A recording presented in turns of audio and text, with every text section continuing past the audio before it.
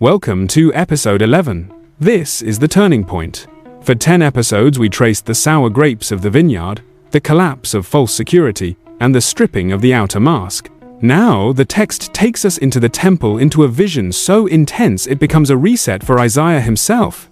Isaiah chapter 6, verses 1 through 13, is not only a prophecy about a nation, it is a portrait of what happens when the human inner life breaks through its usual limits and encounters holiness. Before we begin, a clear disclaimer. This presentation is a metaphysical and psychological inquiry that uses certain concepts associated with the Seth Speaks material by Jane Roberts as a conceptual lens. It is not a replacement for scripture, doctrine, or personal faith. The Bible is honored here as sacred text. Our purpose is educational and philosophical, to examine how prophetic experience may operate through awareness, symbolism, moral perception, and the structure of human meaning. Isaiah begins with a time marker. In the year King Uzziah died, he saw the Lord sitting on a throne, high and lifted up, and the train of his robe filled the temple. That opening matters. The death of a king is not background detail, it is a psychological event. When a long-standing authority figure collapses, whether a leader, a system, or a personal anchor, something inside the mind becomes exposed. The everyday story fractures. The illusion of control weakens. What was normal loses its certainty. Theologically, Isaiah is anchoring his vision in history. He is not describing a private fantasy detached from real life. He is speaking as a man inside a real moment of upheaval, and that upheaval becomes the doorway. The throne of a human king has been emptied, and Isaiah is confronted with a different throne, the Lord, high and lifted up. If we borrow metaphorical language from psychology and from Sethian frameworks carefully, we could say this: when the external supports fail, the inner senses can awaken. A crisis can strip away the mental noise that normally absorbs attention. It can force a deeper question: what is truly ultimate? Isaiah's vision answers that question with overwhelming clarity. The Lord is not one power among many. He is the one who stands above all the structures that rise and fall. Isaiah then describes seraphim, each with 6 wings. With 2 they cover their faces, with 2 they cover their feet, and with 2 they fly. And they call to one another, Holy, holy, holy is the Lord of hosts, the whole earth is full of his glory. The temple shakes at the sound, and the house fills with smoke. This is one of the most important moments in Scripture for understanding holiness. Holiness is not merely niceness, holiness is otherness. It is moral perfection, infinite purity, and absolute reality. The seraphim do not behave like casual visitors, they cover their faces and their feet. That posture communicates reverence. Even the highest creatures in the vision respond to God with humility. The closer you get to true holiness, the less pride survives. The threefold holy is not a volume trick, it is a declaration. God is holy beyond category, holy beyond comparison, holy beyond dilution, and the phrase, the whole earth is full of his glory, expands the vision outward. Isaiah is not seeing a God confined to a building, he is seeing the Lord as the ground of all being. The earth is saturated with God's glory, even if human eyes fail to notice. If we use cautious metaphor, we can say Isaiah's perception has widened. His attention has moved from surface reality to underlying reality. In everyday life, we see objects and events. In this vision, Isaiah experiences meaning, presence, and moral truth, as if they were the most solid elements in existence. The shaking thresholds and the smoke express the impact of holiness on the human mind. When ultimate reality presses in, the ordinary frame cannot remain untouched. Then Isaiah collapses inward and says, Woe is me, for I am undone, because I am a man of unclean lips, and I dwell among a people of unclean lips. For my eyes have seen the King, the Lord of hosts. This is the crisis of the self. Notice what Isaiah confesses. He does not begin by accusing others. He begins with himself. Holiness does not first make him proud, it makes him honest. Theologically, Isaiah's unclean lips refers to moral impurity and the inability of sinful humanity to stand confidently before a holy God. His reaction is not theatrical. It is the proper response of a conscience awakened by the presence of the Lord. He feels undone because the contrast is unbearable. divine purity versus human corruption. Psychologically, this resembles a moment of radical self-recognition. When a person sees truth clearly, excuses dissolve. The self can feel as if it is breaking apart because it can no longer hide behind its usual masks. It is not the destruction of the person's value, it is the destruction of the person's false confidence. Uzziah is being stripped, but not to shame him, rather to prepare him. Then, one of the seraphim flies to Uzziah with a live coal taken from the altar with tongs.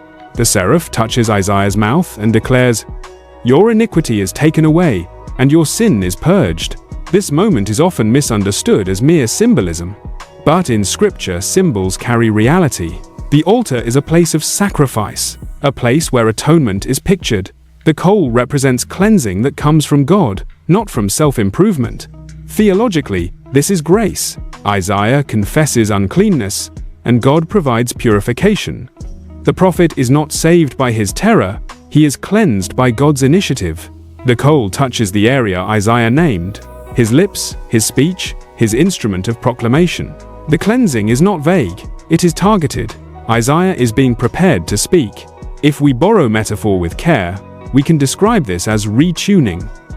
When a person is purified, when inner disorder is confronted and forgiven, there is a reordering of the self.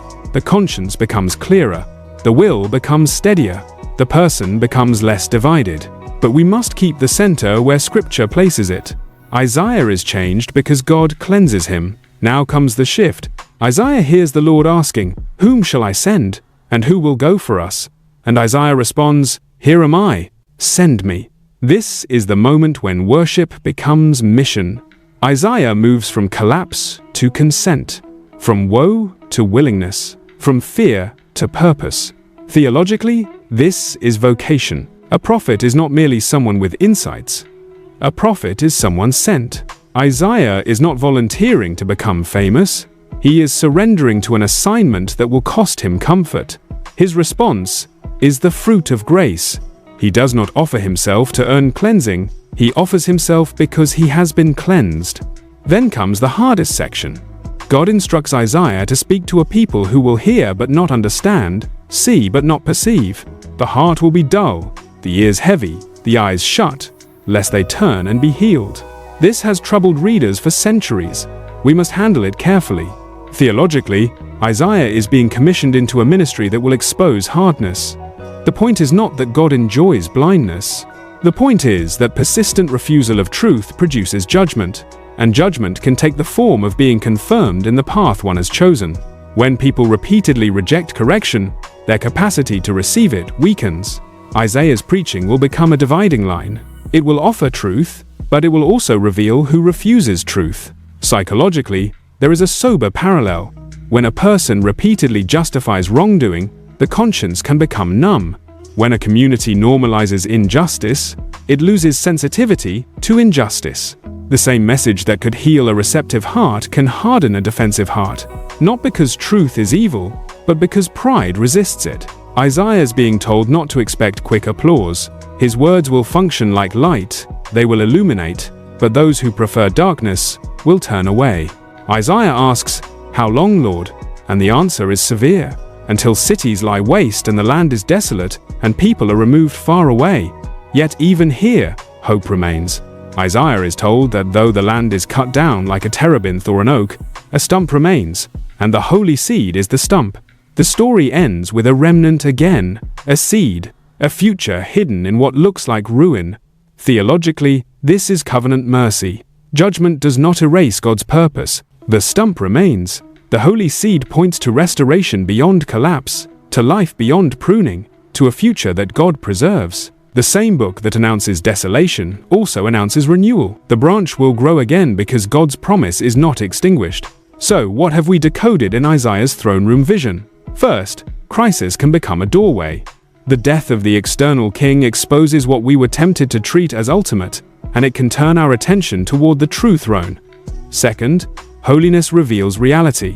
The nearer Uzziah comes to the Lord, the more honest he becomes about himself. True encounter produces humility, not arrogance. Third, purification is grace. Uzziah does not cleanse himself. God provides cleansing, and that cleansing prepares Isaiah to speak with integrity. Fourth, calling follows cleansing. "Here am I, send me," is the natural response of a heart that has been forgiven and restored. Fifth, truth divides. The same light that heals the willing can harden the resistant, because persistent refusal reduces the capacity to receive. Sixth, the seed remains. Even when the tree is cut down, the holy seed is preserved. God holds the future inside what looks like an ending. Now bring this inward. What is your external king? What have you treated as ultimate status, security, approval, control? If it dies, it may feel like loss, but Isaiah would say it can also become revelation. And what are your unclean lips? Where have your words been misaligned with truth? The vision invites confession, not for shame, but for cleansing. The altar is not a threat, it is the place where God prepares a person to live and speak with integrity. In our next movement, Isaiah's inner vision will collide with political crisis. Fear will compete with faith. The question will be whether a people can trust the Lord when pressure rises. We will enter the chapters that lead to the sign of Emmanuel. If this series helps you find the throne within, meaning the inner orientation toward God's holiness, support the work. Like the video, subscribe to our YouTube channel, and stay aligned with truth. Find your beam.